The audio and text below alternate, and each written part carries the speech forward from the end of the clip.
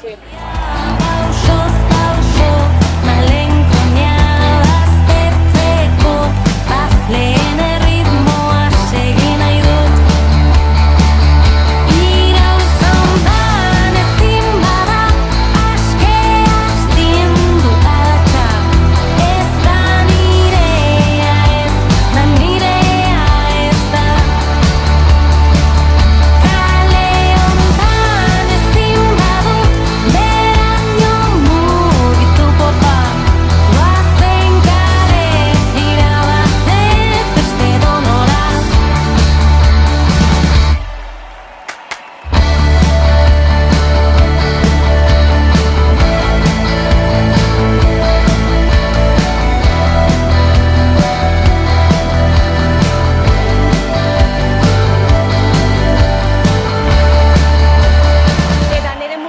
Nire ametsa eta nire proiektu pertsonal nagusia realarekin lotuta.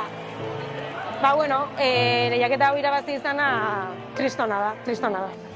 Reala, Donostiko zerbait dela, Gipuzkoako zerbait dela, gure identitatea, euskararen identitatea ere ez, euskararekin harremana.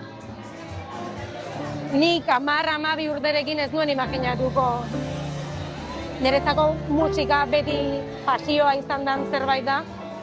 Ez nuen imaginatuko 33 urterekin hemen egongo nintzanik, ez? Anoetan Keller espazioan jotzen, realeko kamiseta jantzita, 20 urte dauzkan kamiseta hau jantzita.